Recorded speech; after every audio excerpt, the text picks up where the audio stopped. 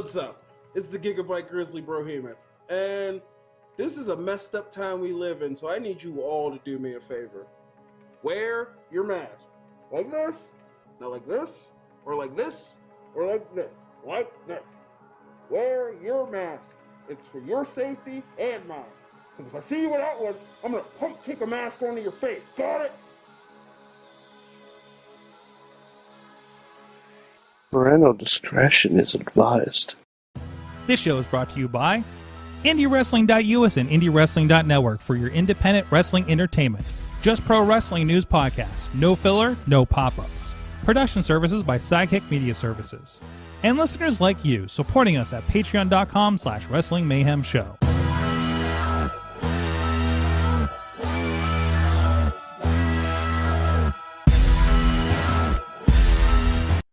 It is the Monday Mayhem Warriors. I am Mike Sorg at Sorgatron on the Twitter here in the Sorgatron Media Studios in Pittsburgh, Pennsylvania. We're ready to talk about professionalized wrestling with the show that was originally started for our mental health because we just needed to deal with Monday Night Raw. But we have so much positivity. Now this has become a wrestling weekend decompression of sorts, it seems. Because with us, first of all, from Beacon, New York, he's the only Mayhemmer with a feature endeavored letter from the WWE. He is Mad Mike.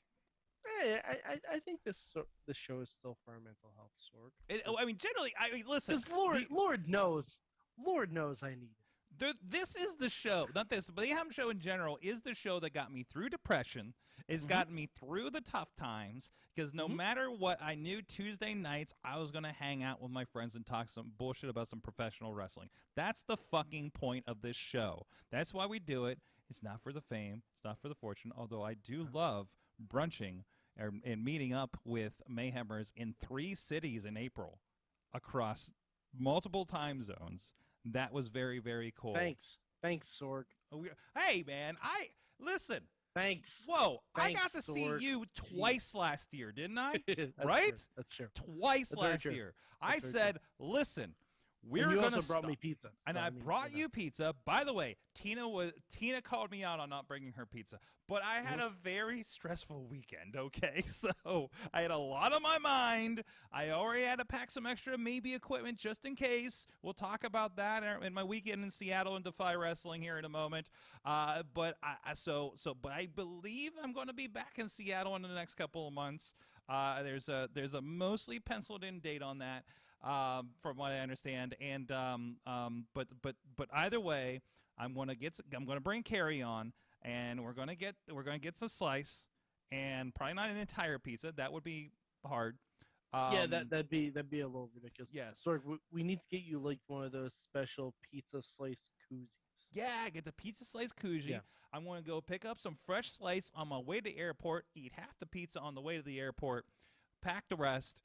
At the sheets, and then go get through security. And if they give me hassle, I will bribe them with a slice. It'll be fine. It'll be fine. It'll be fine. And then, and maybe they won't unpack my laptop this time on the West Coast because it smells like pizza.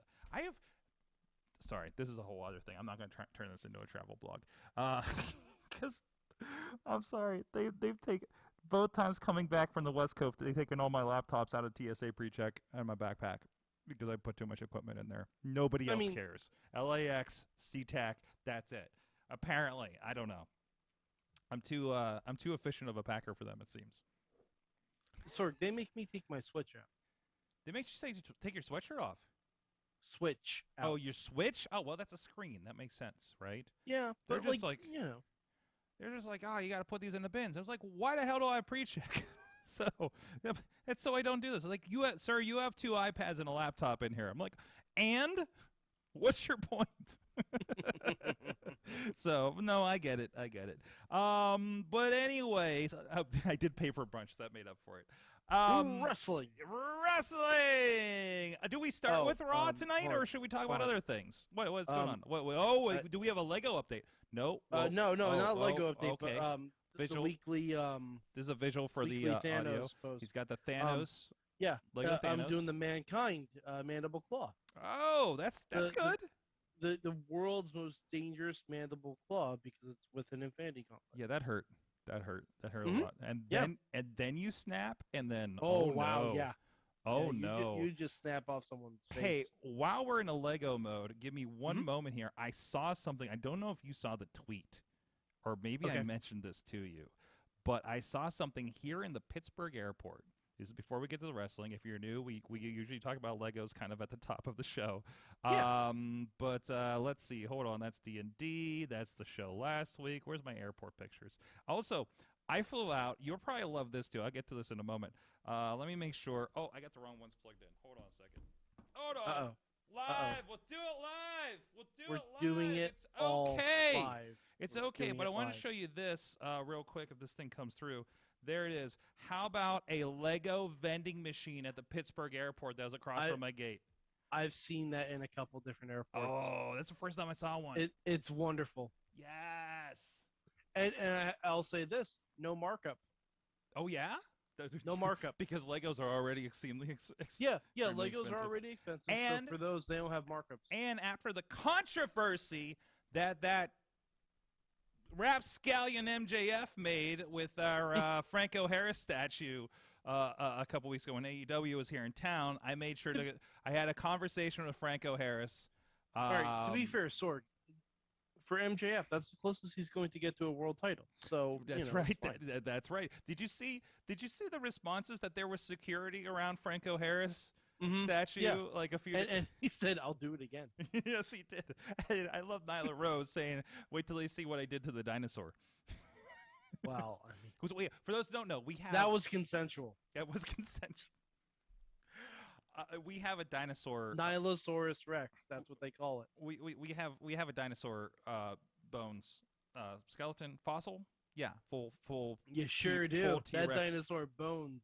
Jeez, you've seen it, right, Mike? You've been through our Yeah, airport. Yeah. So- I know what you're talking No, about. you- I'm just making lewd sex jokes. Yeah, they're just like you get off the train and you go up the escalator and there's a dinosaur and then there's Franco Harris and like a Ben, I should know better, but probably like French and like Indian War guy or something, like a soldier from the 18 something or others, something or others, kind of thing. What was it? French and Indian War. That's what we're known for. You know, food decaying, shit like that. But anyways, so I don't know why we're talking about this right now. Why is this on? What's this button do? Okay. I think I bumped something. Anyways, pro wrestling. Mike, do you want to talk about Raw first? Do you want to talk about something else first? Do you want to hear about Seattle more, or where do you want to start with this one? There's one thing on Raw I want to address. Okay. And honestly, it's really irritating. How have we gone backwards in our booking strategy for the main event of Backlash? Of Backlash, yes. So this, are you talking about? Like, I saw the news about this earlier today. Apparently, they did this on SmackDown. It was going to be a unification of the tag titles with RK Bro and the Usos. Now it's a 3-on-3 with McIntyre and Roman involved, right? And Shinsuke Nakamura is nowhere near this, despite Nakamura talking down Roman a couple weeks. Really? Jeez, I really need to watch SmackDown. I almost watched SmackDown, but I was. But yeah, it's just. Oh, hey, there's a Matt Carlins. Hey. Oh wow, Matt Carlins appears. Sorry. Throw a Pokeball at him. Yeah. What's happening? We're talking about Raw and booking strategies. We just started talking about. I don't understand how Raw and booking strategies go together in the same sentence. No. Okay, there was one thing on Raw I really liked, and it could lead to something really good. Okay. All right. I also made a discovery. The 24/7 title is no longer a championship. It is a telenovela. It kind of is, isn't it? And it's basically the main roster version of Betamax from the game show NXT. Okay. If anyone remembers, like Derek Bateman, Maxine, that whole twisted, sordid love affair. I thought that was post game show when it was like the local. Well, yeah, cable, it was post game local show, cable show, pre Full Sail. Yeah. But it was still kind of a game show because they're desperately fighting to survive. It was like Survivor. You get you torch stuff eventually. But there was one thing that came out of the 24/7 stuff that I think could be really good. Okay. Nikki ASH was very upset that she lost the 24/7 title, and Dewdrop came up to her and said, "Are you finally ready to take this seriously?" And if there's one thing in the past year that I think collectively as wrestling fans have not liked, it's the renaming of Nikki ASH and Dewdrop. Mm-hmm. So I think we could eventually come out and have Nikki Cross and Piper Niven, Or they'll coming back. or they'll combine and be Ash Drop. And now you've killed it, Sorg. Sorry. And now you've killed it. Sorry, I don't want to give you false hope on this one. I know. No, I know, but I'm trying to think. Just I'm trying to saying. think like a. I would You know- I would like to see a match with Nikki Cross and Piper Niven versus Naomi and Sasha Banks. Listen, I would if like there's- to see that match. If there's anything, go ahead. First of all, her name is Dewdrop, Mad Mike, and you no, need to let go. what I'm saying is Secondly- they're going to ditch their stupid names and go back to their original names to get serious. That's what I'm saying. As always, I appreciate your glass half full view on this thing, but timestamp this DP.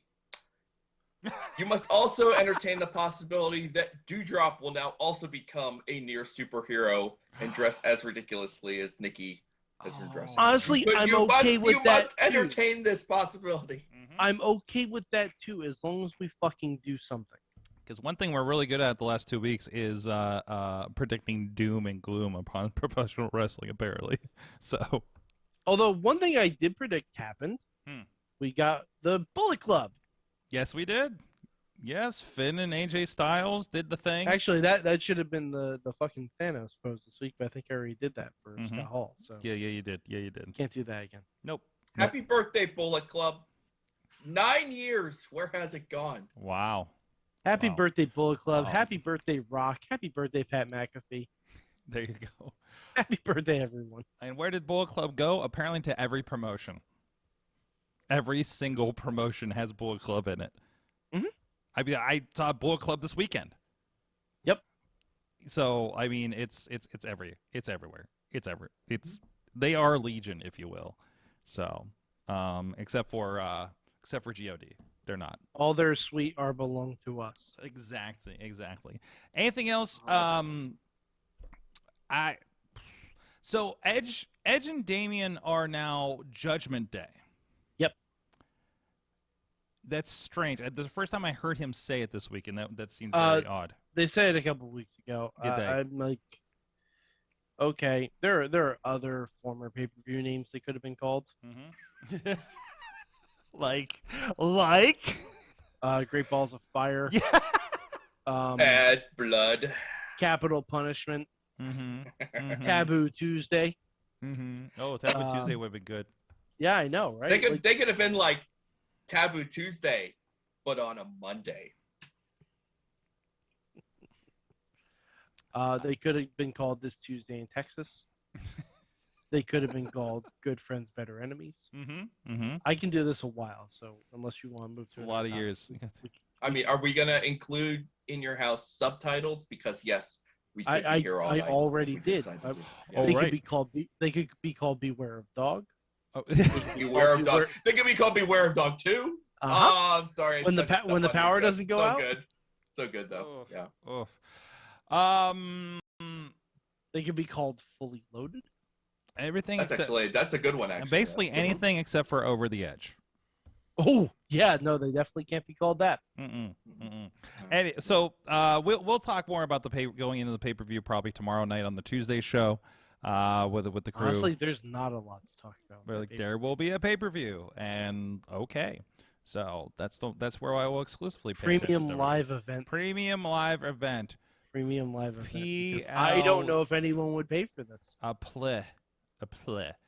Yeah. The backpedaling of the tag team title unification match, just a treat. And- You know, and just not- the kind of they- thing that just kind of it it was all going down on Friday on SmackDown, and I was sitting there, of course, documenting the events as usual, and I'm watching this going like, what's the hook? We really just doing this? Taking this thing away and replacing it with something else that's not as much fun? And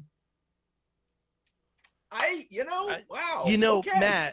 Matt, it's almost like they gave Roman 2 championships and then did not know what to do. That's a man with when you've world got titles.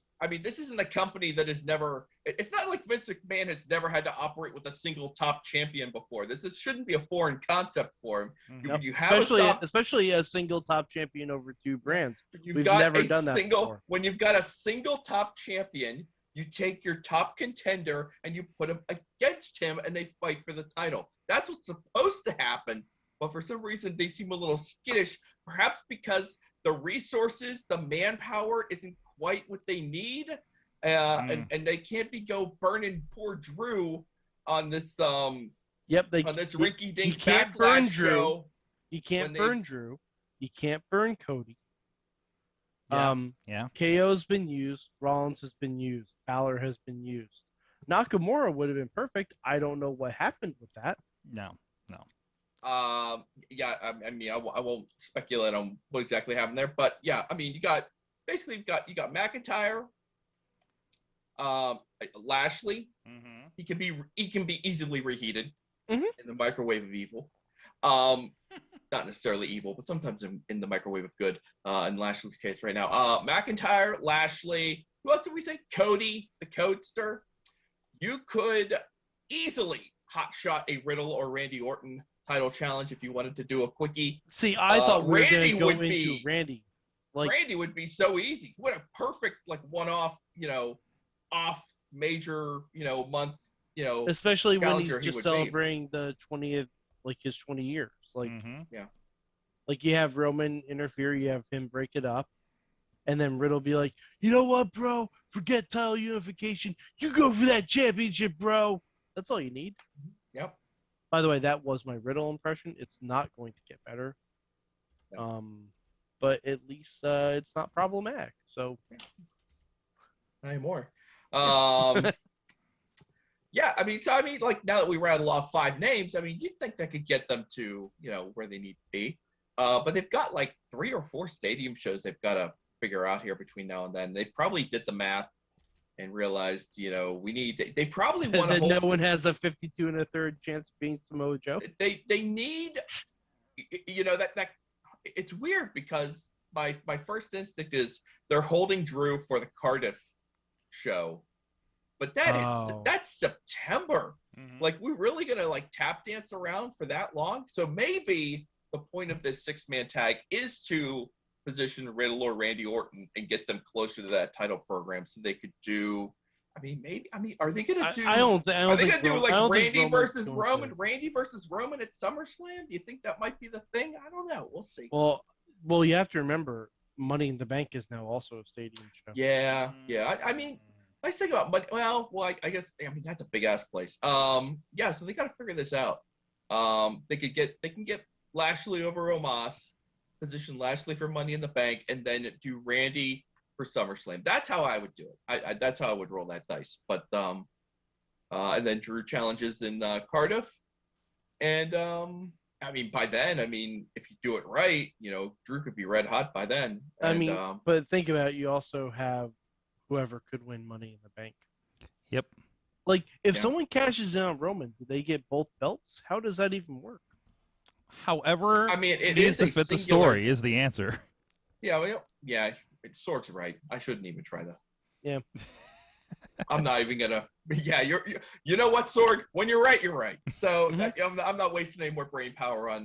That's right. On the booking philosophies on that. Well, there's not just WWE, so less confounding, or sometimes more confounding.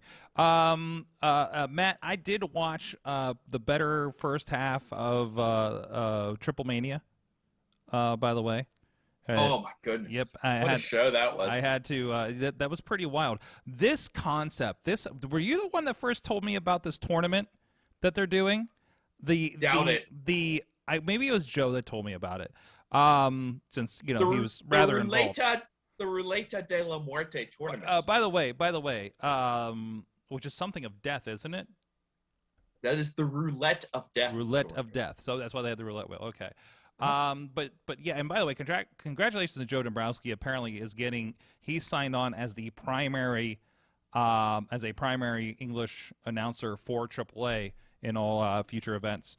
So congrats on him for landing that. I know he's been kind of back and forth with them for a while, on and off shows and stuff. But good to see that he's on the top company. You're right. Of Mexico. They've locked him up, Sorg. In That's fact, right. that is the reason I was minutes late dropping in here, is because I was finishing writing an actual news article about our friend Joe Dombrowski. What a weird, wild world we live in. It is weird. But it is weird to be so close to the news, isn't it? So it's dangerously close. Dangerous. But Joe was awesome on this. He was great. Like, what else would you expect? And Larry Dallas does great too. And there's even Joe has acknowledged that sometimes there is some some uneasiness with English language commentary for these AAA shows. Yep. But I think they locked up Larry a couple days before TripleMania. Now Joe's locked up. I think it's very obvious AAA recognized that they need a good English commentary team, and they clearly know that these two guys are the guys that they can use for it. Yep. So let's just do this thing. So I mean, they got two more. Yeah. And I mean, they're doing a really big English push. They're on their pay-per-views are on Fight TV now, and Pro Wrestling TV. We actually had a chat with those guys today, and we were talking about it. So like it's really kind of that big push, and it's good to see. It's not just that thing that we kind of threw on Twitch for whatever, before, which I don't even think had English commentary when we would watch it on Twitch, right? Where it's just like, hey, here's some crazy Mexican shit. Okay. I mean, it says a lot. I mean, look, Lucha Libre is, for all the advancements we've made as a society, Lucha Libre remains the Wild West of professional wrestling. Like, it is. Even the really smart people who just follow this stuff in and out, like the Cubs fan from Lucha Blog and his folks, they are like, will do like previews of these shows and be like, look, maybe it'll be broadcast on this platform, but I can't guarantee it. Because there's no, it's crazy. It's crazy, Sorg. This is the #1 promotion in Mexico, and no one is ever sure like when or if or even maybe if this thing is going to be shown in the U.S. It's just such a moving target. It's crazy. Absolutely. So it was AAA TripleMania. It was Saturday night. Was it also in a Western time zone? Because I noticed that you said you watched a little bit of it after. You watched a little bit of the Defy show, which started at 11 p.m. Eastern after TripleMania. What time did it start? So convenient for your late night viewing. Yeah, this was. I'm getting sleepy just thinking about it. This is a 9 p.m. Eastern time start time. So they were in Monterey, which I guess is the Central Time Zone. And about a 4-hour show, it looked like. So maybe it's called that. Yeah, it kept us up nice and late. It was around 4 hours. Yep. And then it ended just enough time to dip over to Pluto and check out Mox and bloody Tom Lawler. Oh my God, we'll get to that. Doing their thing. There's what so a much scene blood that was. in that match. What a scene. We'll get that in a sec. Hold on. That's a teaser. We'll get that in a second. Speaking of blood, Sorg. Yes. TripleMania. Yes. So anyways, this tournament is it's not a win in advance. It's a win and get out. And the person who does not lose. You don't want to be in this tournament. No. The goal is to get out of this tournament. Because the person left at the end of the tournament that has not won a single match to get out loses their mask. Oh shit! All masked wrestlers. So you have it's just like it's wild. And in half of the matches that I watched, they're half ripping the mask off anyways. So like, I mean, they're fighting for their masks, Sorg. This is serious business, like, man. They Parka almost lost his. Somebody else was. Ultimate Dragon was in a match, and it was crazy. I mean, and like one thing that Joe and Larry did a great job of pointing out is that going for the mask is like instant DQ in Lucha Libre. Yeah. But these Ruleta de la Muerte tournament matches were no disqualifications, so it was fair game on all of this. Oh no! So it was like, rip off your mask, get the cookie sheets. God only knows what those giant boards of wood that they're pulling out from under the ring were. They were not tables. I can tell you that for sure. There were no legs on those things. So, and then there's that. And then I love this. Mike, you'll love this. So they had, I believe it was the mixed tag belts, right? I saw the only gift of this that matters. Right. But here's the rules, Mike. You have to pin the champions to win the belt. If you don't pin the champions, you become #1 contender instead. That's beautiful. Isn't it? It was like a three-way, That's I think. such a beautiful, easy concept. Right. Yeah. I love that. Tina's pointing out in the mask tournament that there's some long-standing family blood feuds that are playing out as well. I know. Oh my God! I was hearing so much like Dabrowski was talking about, like, yeah, and this Villano's grandfather lost his mask some 20 years ago, and this person, and somebody came out and was like, yeah, it's been 20 years since this guy lost his mask. You know, all that kind of like pomp and circumstance around us. They did Blue Demon Jr. Yes. versus Rayo de Jalisco Jr. And in Monterrey, decades after there had been apparently a very famous mask versus mask match between the original Blue Demon and the original Rayo de Jalisco, and like they brought it all back together. And these two dudes were old as hell, Sorg, but it didn't matter because they've got so much history and prestige built up behind them that powers everything. You're right. Like it felt like every match or every like post match was like drawing upon just years and decades of history and just and if you don't understand the whole backstory, it gets a little bit kind of like, what the hell are we doing here?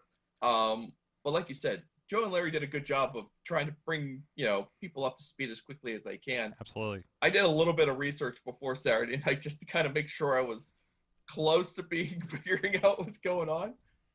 It is really interesting, but it's also like we said, it's the damn Wild West. It's crazy, and it's hard to keep up with for even people who are fully invested in it. Yeah, absolutely, absolutely. It's a big challenge. Anything else from TripleMania? I know you're excited about some New Japan stuff that happened this weekend. I am. I would just a couple final thoughts on TripleMania. Connect, probably the best nearly 70-year-old wrestler performance I've ever seen. Someone can check my work on that. We'll see. But that was amazing. Him and Psycho Clown. Connect can't do crap, Sorg. He's 70 years. It's like a week away from turning 70 years old. Psycho Clown? It's Psycho Clown, not Psycho Clown. I was say not Psycho Clown. Connect. No. Psycho Clown is in his prime, Sorg. He's the ace. He's something. He is something. He's got an annoying ass song too. That's for sure. Anyway, hey! You didn't have Joe Dombrowski singing the Psycho Clown song on the way to the show, like I did.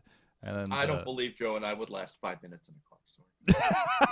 We gotta get We gotta get these kids together, Mike. Yeah, we gotta get these kids together. I said Jed Alexander was the cutest thing I'd ever seen. Penta's child. Yes. Wait, the competition of child lookalikes these days. There's going to be a three-way dance between Jet Alexander, Penta Jr., and -1. So. Oh, wow. I mean, we could probably get some more kids in there. I think he pulled another Penta out of the crowd. Was that a kid too? I don't know. He goes, I don't know who that was. He was just like, that child is dressed like me. Bring him too. We just need to give it 5 years, and then we'll have a baby battle royal. A baby battle royal? Baby battle royal. Okay. We talked about it years ago on this show. Baby battle royal could actually happen because by then you'll have Renee and Moxley's kid old enough to cosplay. You'll have Seth and Becky's kid old enough to cosplay. There's gonna be this is what we are going to do. It's going to be wrestling babies, and it's gonna be great. Wrestle babies will make your dream match come true. In fact, Matt, that's what we should do next year for Mayhem Mania. Only babies. Only Only babies. Looking babies. only babies. Okay. Why not? All And, right. What and harm- then what a harm could we WLC cause? match is high stakes. It's high stakes. It's high incident. It's Mhm. everything you could possibly want.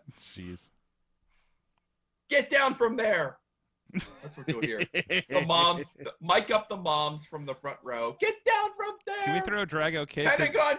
Get down from there, Pentagon Junior. no. Junior. Matt, moms bring the weapons match. Moms bring the weapons. Jeez. No. Moms bring the snacks match. That's Ooh. Okay, Ooh, yeah, Everybody I like wins that there. too. Everybody wins. Mhm. All right. New Japan Dokatu? Wrestling Dontaku. Dontaku. So I close. was close. I was really close. I was So really close. I was meticulously Okay. using that hashtag earlier, so This stuff Tell me. isn't easy, Sorg. These words are hard. I saw, You know, I and I don't blame Yes. anybody for struggling. yes. And And also I discovered who's been buying pay-per-views on my account lately. you know what? A little gift from me to you. The important thing is that you're not being billed. That is true. That was true. I finally Yeah. found the screen where it tells me what device they're on. I'm like, I don't watch this on Roku, so I was like, What kind of an idiot would watch this on his road? Matt, I've been trying to figure out since WrestleMania why I had the ROH pay-per-view. And I'm like, what did I do? Was this a gift from Fight? Did I do a good job that I now have free pay-per-views? I don't know yet.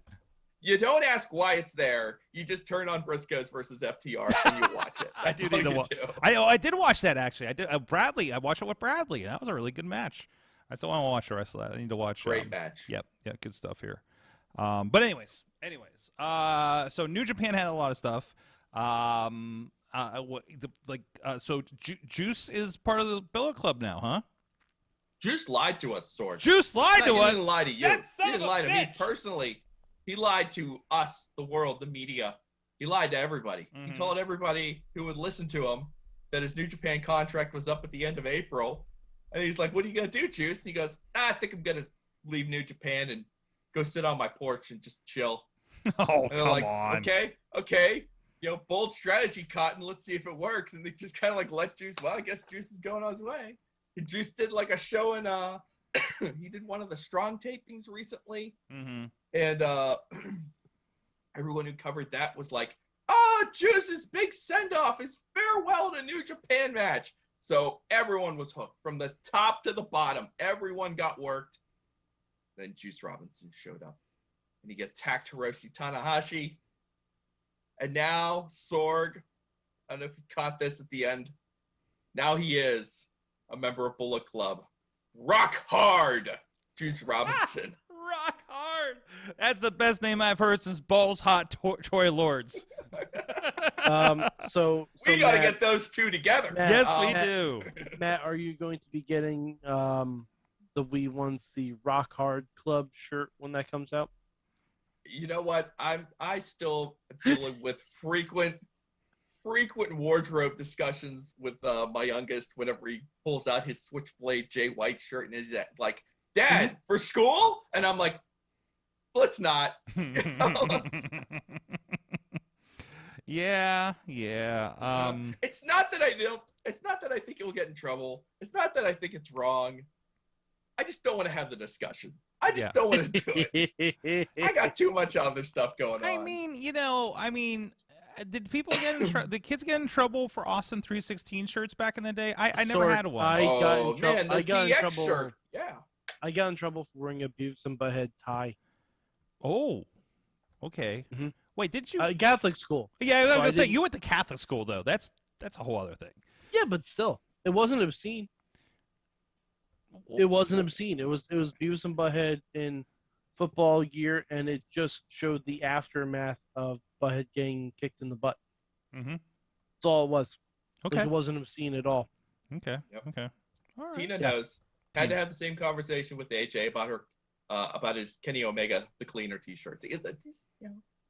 It's not that we're not passing judgment. We just don't want to deal with it. Just Mhm. save it for the show, kid. You know? Tina said she had to have a conversation with the principal to explain Bullet Club. I know. A conversation I would never. Well, Principal Skinner.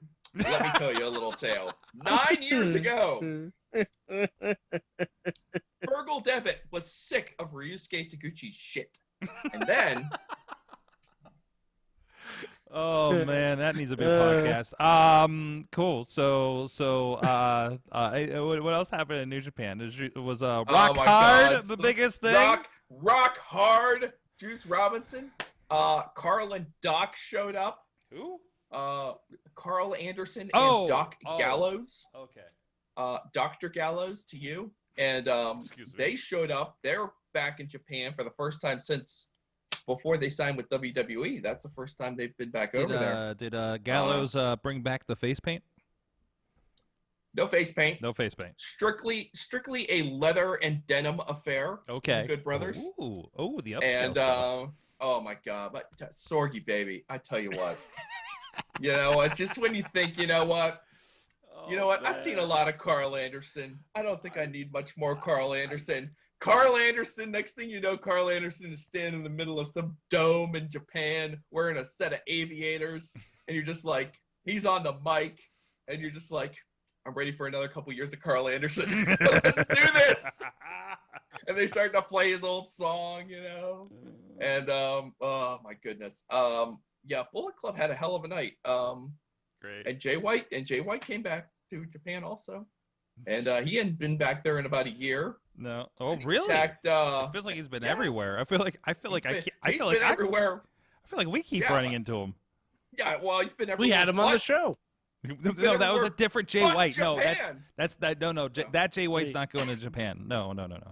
I mean, you don't. I mean, you're not go to Japan. There's no. Yeah. I'm not as. You're right. I'm not his travel agent. So yeah. You're not his supervisor. I'm not his. Okay. You're not his dad's sword. Yeah. No. He'll wear his Bullet Club shirt to the airport if he wants to. I hope he still listens. And enjoy the pat down. I really hope he's still listening to the show. Anyways, yeah. So what do you want? We've got a reconstituted Bullet Club in New Japan that ran wild all over the back end of this Dontaku show, beat up everybody. It was like 5 straight matches of Bullet Club just showing up and just like ruining shit. And yeah, it was, at least from where I was sitting, I was kind of like, cool. It felt like the band is back together, and New Japan is finally ready to like proceed forward because wrestling in Japan has been, it's been dire at points. It's a little rough. The rosters are a little slim, and the crowds are not only asked to not make more noise, they actually obey and don't make noise. So it's some of these shows get a little sad. But Dontaku was fun. The crowds can only clap still, but they clap their hearts out.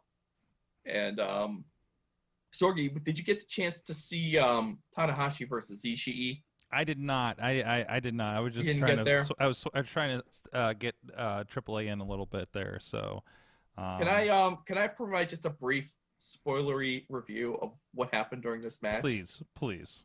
I won't tell you who won because God forbid. But we got to the end of this match, and I wasn't even sure I would ever see this day that Hiroshi Tanahashi and Tomohiro Ishii go into finisher stealing mode at the end of this match. No. Okay, they're stealing each other's moves, and there's a point in this match where, Tomohiro Ishii hits a sling blade on Hiroshi Tanahashi. Sorg, I jumped off my couch and screamed so loud, my wife came downstairs to check on me. Listen. And I've illustrated You've this. You've seen this man, what happens. I've illustrated this to several people over the last week or so. Matt, when the New Japan stuff started happening at AEW in Pittsburgh a couple weeks ago, I just saw. Listen, I don't know who was watching wrestling with more childlike enthusiasm and wonder, him or his son, after Suzuki walked out. I love watching these I love watching so many of these guys, Sorg, and I'm stuck here in stupid Pittsburgh, And where they came to you. They've come to me a couple times. Yep. But on the occasion of this most recent AEW show, they did not warn me they were coming. I was just there minding my own business during a taping of Dark Sorg, Dark. If it was actually in Dynamite, I wouldn't have freaked out. We're saying there was like the third match on Dark, and Minoru Suzuki comes out, and I'm like, what's happening here? And I freaked out. And then they said, oh, by the way, Tomohiro Ishii too later on. Yeah, and like, by the way, I'm here for it. And by the way, here's the New Japan president. It's still yeah. Here's Takami Obari. Oh, here Jay White's here too. You know, get your wife's ovaries, you know, flickering a little bit. Just edit that out. Just edit that out. Yeah. Don't take note of that, partner. I was more hyped than Mason, but I'll tell you what. I tell you what, I was. You know who Mason marks out for?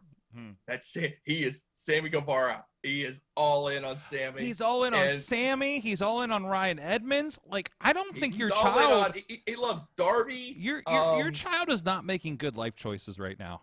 You know, he just he likes. He's got to have a little edge. Just you know? make sure. Got to have a little spice. Just make sure he works out of that by the time he gets a teenager, or you're gonna. Mason. Yeah. Mason, cheer for a nice person. Cheer for a nice boy like Minoru Suzuki. Come on, find a role model. Or Eddie Kingston. Wait. Tina says there's a brief clip of Matt on Dynamite freaking out. Is this true? I don't want to see it.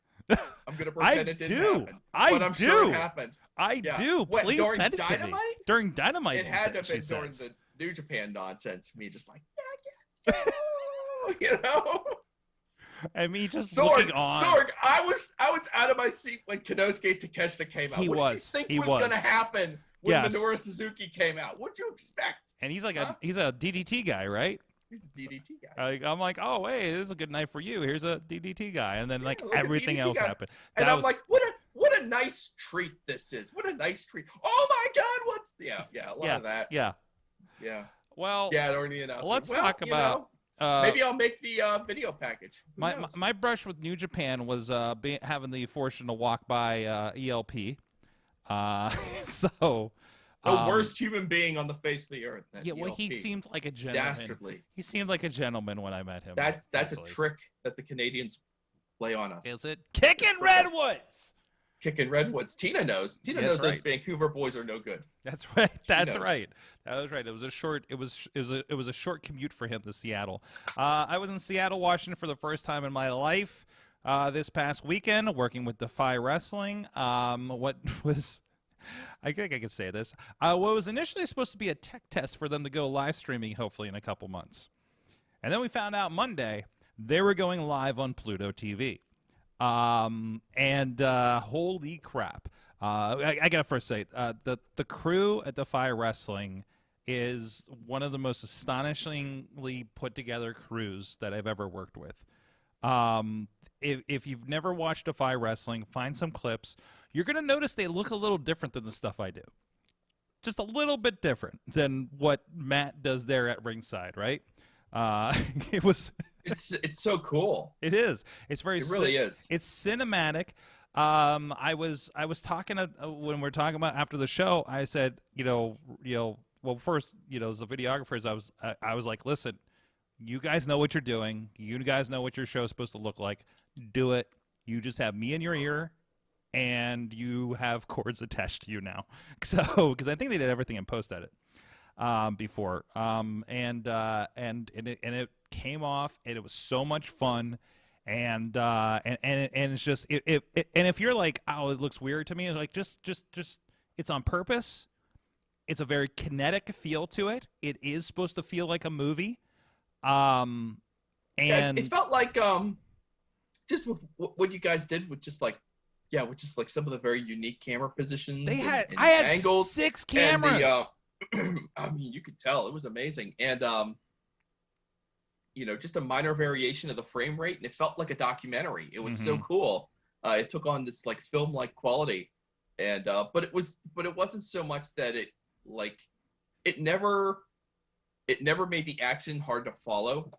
Like I never had like I was never like watching it going go back to a normal shot so I could tell what Moxley's doing. Like the action was fun. Like the action remained the focus. So it for lack of a better term, it didn't never got too artsy. You know, it was just a different aesthetic, and and some of these cutaways just kind of made you feel like you're there. Tina's asking about the crowd.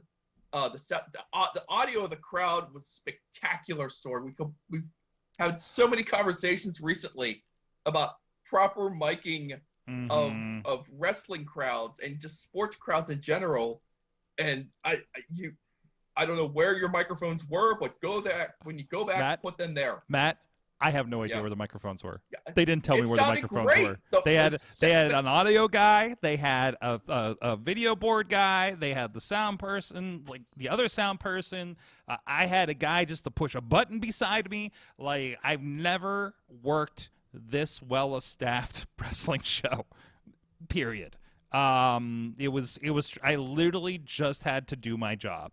Like not like you know what it is? I'll create an analogy for you, and this is also a trick for bringing Mad Mike back into the conversation. Mad Mike, this is like when you have a really talented baseball team, but they and then for one reason or another you decide we're going to change the manager, you know, and you bring in another manager, and this manager's good too, and this manager knows what he's doing, and all of a sudden all that talent, you know, comes together, right? Absolutely. It was, like I say, it was a lot of fun. Like I said, Christopher Daniels was there. It was in a trios match. Sort of Strickland was in it too. Like a couple, Adam Brooks, I think, was in that match. Who's the guy? Who's the 16-year-old? I think was in that match too. Nick Wayne was a part of that. And that's how we started this thing, right? And you say, and production-wise, they had the cameras, and I feel bad because the camera guys, I'm like, where do you usually put your ring size? They're like, oh, we're here and we're here, and I'm just like, but what do you do when like they're tying off and their backs to both of you and stuff? And I was like, oh, I have 4 other cameras. That's what we do. That's what we do. Listen, I'm used to having 2 ringsides and nobody on a hard cam, so I'm very particular about my ringside positioning. And I was just like, you guys be where you're at. I'll translate it. We'll figure this out. We had a hard cam, and we had a corner cam on sticks, and nobody was manning that with that wide shot. We had a guy. I know I'm getting really kind of inside baseball. Like Matt, nobody was using a tripod. Love it. Like the hard cams were not using a tripod. They were both freehand, or they had rigs and stuff, right? I don't even know what the guy on the stage has. So there's a stage on the other side. He's getting behind people. They're jumping up and those behind people shots were so cool. Oh my god, great. It was so great. It was even I had to talk to the hard cam after. I was like, yeah, man, I couldn't get used to using you until like the last match. And he's like, yeah, I noticed. But he was getting such great stuff. ESA ELP was a part of that. Timothy Thatcher was a part of that, and I'm sorry, some of the guys, you know, I'm presuming they're West Coast guys that I haven't seen a lot, or I'm just not in the loops with them. Chef had a match with Timothy Thatcher. Yeah. Chef, he was tremendous. The Bollywood Boys against C4 was a dance party. Them coming out, Matt. It was fantastic. Really cool vibes. The backstage vibe was really cool. I talk all the time about Warrior Wrestling, how that's just a chill vibe. And for what was relatively a really high stress situation, being these guys have never done live. Like from my understanding, they have never in the 5-year history of this company never done a live video show. So. And everybody took right to it. Everybody was up to the task and was on it, and there was no bullshit at all. That I'm at least not in my department. I mean, and despite that, never live streaming. They're one of the hottest indies going right now. Yeah, like Defy, and they're everywhere. And Warrior and kind of like AAW, and they're all kind of in that conversation right now. And then just the people I got to meet around again were with Rich Bikini, the Juno from MLW and Warrior Wrestling. You know, who hey, in all respect, Rich is actually the one that got me this position. when they were looking to doing the live stream. So, a big thank you to him. Big thank you to Jim and the crew out there for taking a chance on me and for coming out there and bringing me out to Seattle to do this. And mention that Colt Cabana was on commentary, by the way, so I got to see Colt again. And Sorg, long time friend of the show. I think that was the only show I've ever seen with a splash zone for blood. Yes, it did. And then the main event was Tom Lawler. They call him Filthy for a reason. And Jon Moxley. Whew. What a treat. What a treat it was. That's where I started catching the show. Yeah. Let's go. There's an idea of how that went. There's Tom Lawler. Bloody. I turned. I was like, I turned to Jim and I was like, I think this is the bloodiest match I've ever been a participant in. And he says, this is the bloodiest match in our history. So well, they've only been around for 5 years. They're a baby company, right? Yeah, just a little baby company. But they barely lost their spots. Tina's there. She's in the chat saying, "Holy fuck, the blood!" Right? And there were just these moments where. And one of the guys was on wireless, and this is the cool thing for the night. Like, I'd be looking down, and I'm like, oh shit, I have a third camera at ringside, and I'm getting other shots, and he's doing those you see like the really close up tight shots of stuff that's going to him, and there was stuff I was getting on him and some of the other guys where like he gets hit by a clothesline, and you see a spray. I saw Warhorse retweet a clip from it, and just yelled blood fog, because. It's got that misty hotness in the air, in the lights, and then plus all that happening. It was, I'm going to cite and Ryan Nicole on this phrase that I've loved since I've been hearing it since February. This wonderful, violent art form, and that's what that fucking was, right? Mm-hmm. That was a violent, bloody fucking art. It's not, and respects to deathmatch, but it was not like blood for blood's sake, light tubes, crazy. It was like a violent artistic thing. It's like the thing that always the difference between like blood in a normal match and blood in like a death match is like the blood in the normal match is like surprise blood. It's like Christmas present blood that you weren't expecting.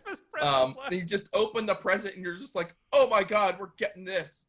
I mean, because when, like you said, like I was watching all of TripleMania on Saturday night, and when that wrapped up, and just kind of like took a minute to decompress, and I just kind of like peek at my phone, and next thing I'm seeing Defy, I'm like, oh god, I gotta go check out I gotta go see what Sorg is up to.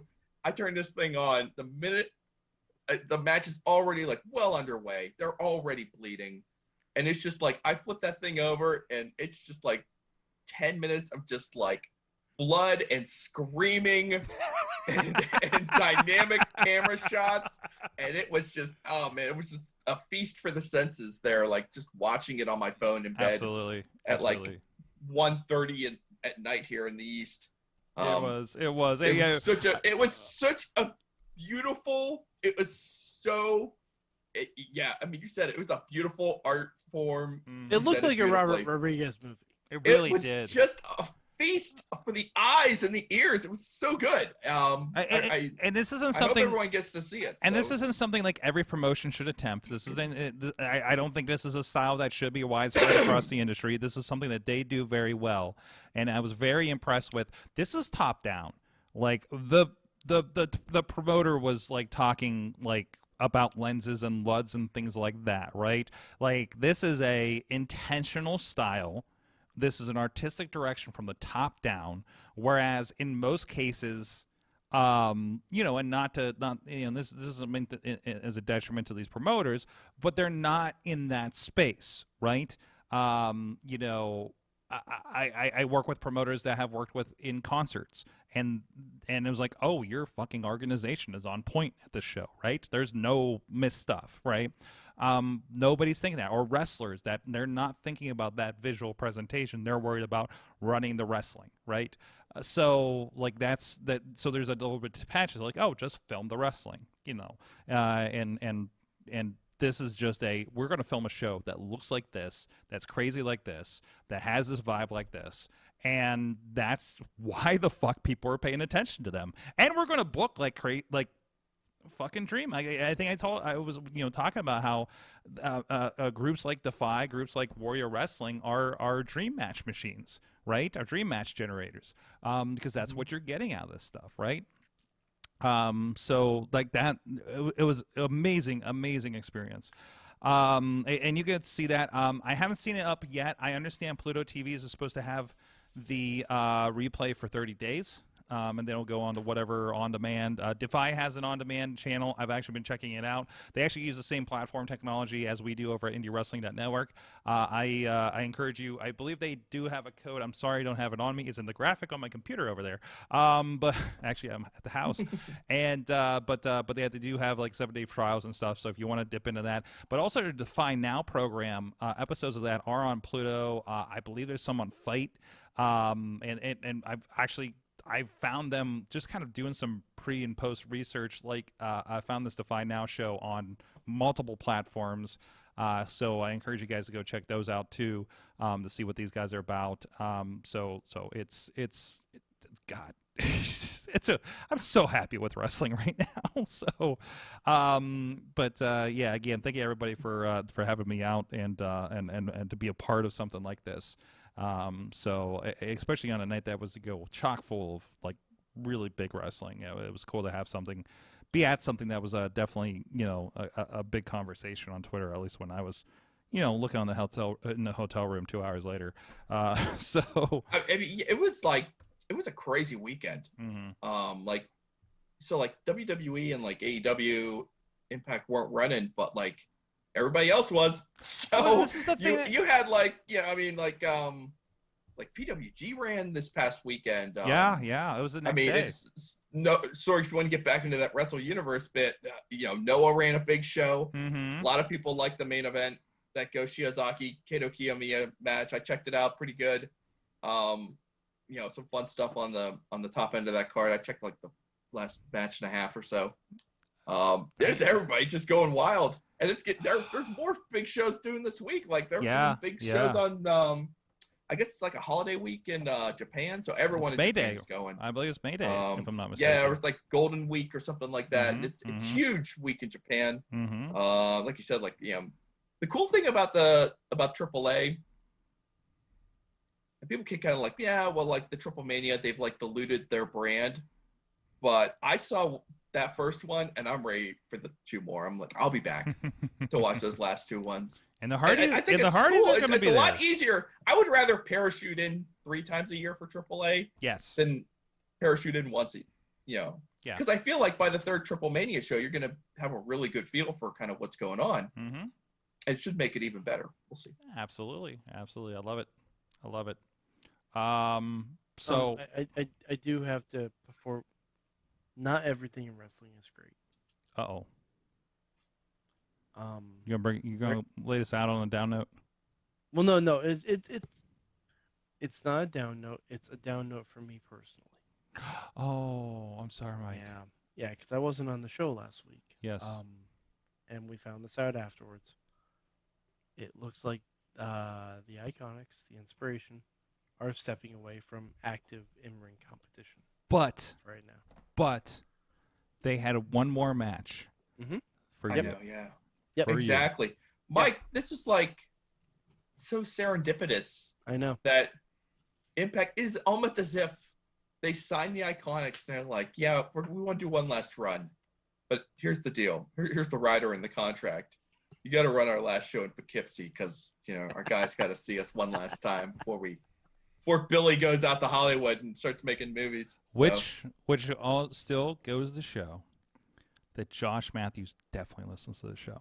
Definitely, and he loves us. Mm-hmm. I'm waiting for them to announce the next show at Dodger Stadium, which is literally less than 10 minutes from where I'm currently sitting. Mm-hmm. Mm-hmm. I'm waiting for it. Mm-hmm. I'm just waiting for it. Mm-hmm. I mean, I won't be satisfied until they're running shows in your backyard, Mike. I don't have a backyard. Well, they should build a backyard. And no, Matt. This is as close as it can be to bulldoze something. Just put it there so you can watch from your window. I mean, What?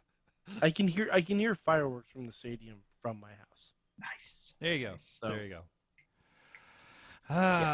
Guys, thank you for our Monday Wrestling Love Fest. I love that it is this. So, we are gonna have we're gonna have a friend. We're gonna have one of my friends from Chicago joining us tomorrow night on the show.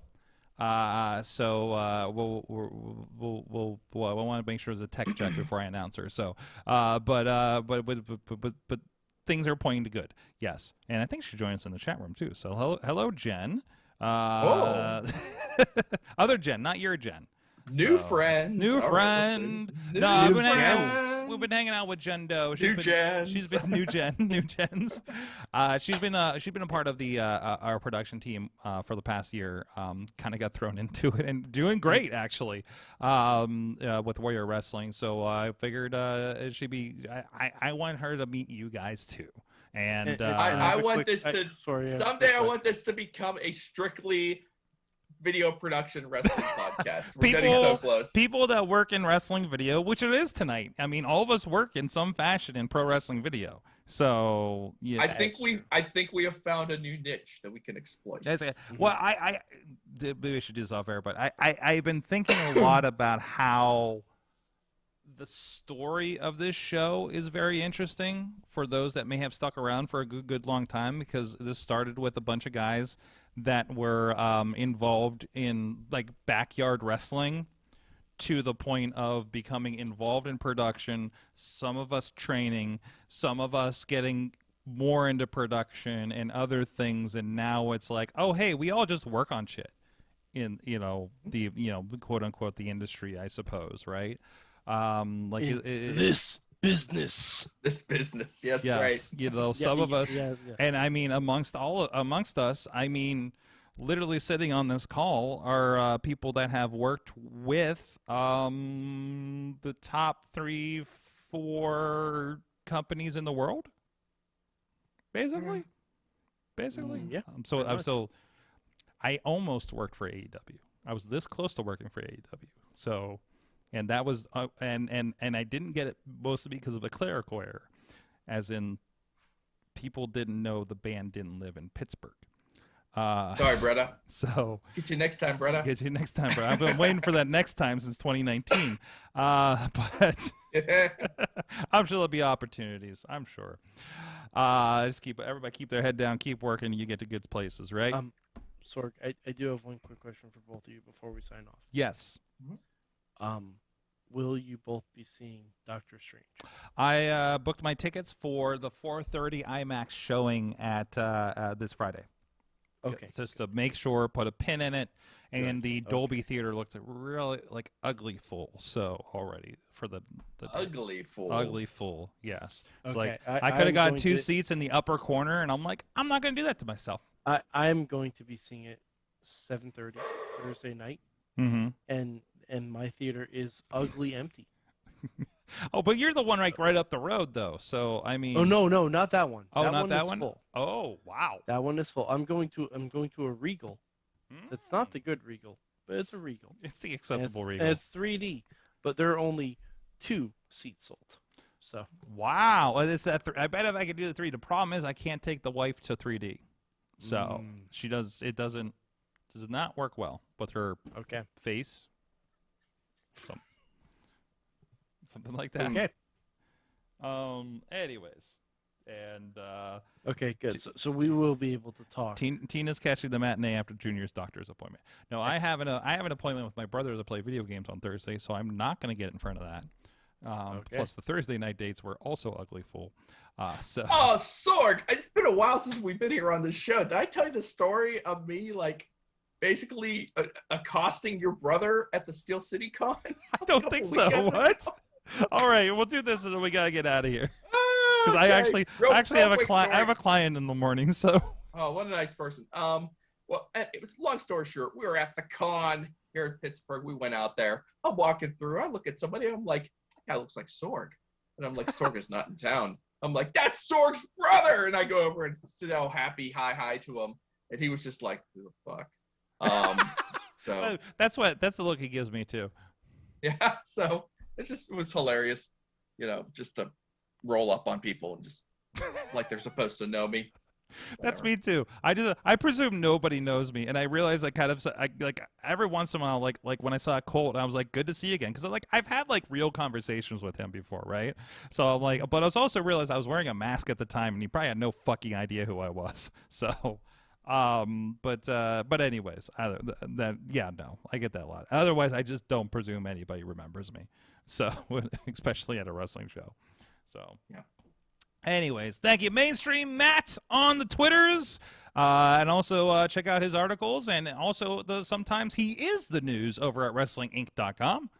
I am the news. Yeah, Just pro wrestling news for daily updates. Yes. Wrestling Inc. for the written word. That's right. By hand every day. Painstakingly artisanal wrestling news by word. Artisanal, handcrafted pro wrestling dirt every day. Yes, it is. And then also, and then in the back channels where Matt is trying to rise some dirt from me as a source. I hope you didn't use that thing I told you the other day. You're in good standing. Oh, good. Oh, good. But anyways. Don't tell me secrets. That's the thing. Just don't tell me secrets. I'll talk to you after the show. Yes. And also Mad Mike of Mad Mike Industries. Yeah. It's like Vandalay Industries. Yes, exactly. He's doing secret wrestle stuff. He's doing secret wrestle stuff. I'm waiting for Matt to bug him for a scoop. It's happened. It's happened already. Yes. Unnamed source. So. I'm sorry. By the way, Mad Mike, that was not a polite DM exchange. That was me pumping you for information. So. No, I know. I'm aware. And now, you're blocked. Problem is, the thing is, I can't just talk to Matt about wrestling things anymore because I don't know if I'm accidentally an informant and I don't want to get in trouble. Now we have this tenuous relationship. No, we don't. There's a reason I don't sign NDAs because I'll forget that it's something I wasn't supposed to know. How many times have I tripped up on something on this show and says, you know what? Nope, actually, not a thing I can talk about, on this show. I'm a leaky source of information, and admittedly. So Sorg's like that faucet you have in the basement for your junk sink. It's like, it works, but there's always that little drip. Yeah. Always that little drip. Always that little drip. That's just, I'm tired and, yeah. Thank you, everybody, for joining us at Sorgatron on the Twitter, and you can see my videos of squirrels out of our back office window. There was like 4 of them in the tree. It was great. It was like our own personal zoo. I'm waiting for the groundhog that climbs the tree to get back there. But anyways, that story will be some other time, or the video when it happens. So we'll see you guys next time. Thank you for joining us. Follow all that Mayhem Show stuff. We'll be back at 9 p.m. Eastern Time on all of these crazy channels. See you next time, Mayhem out. Stay tuned for Soak Stockings.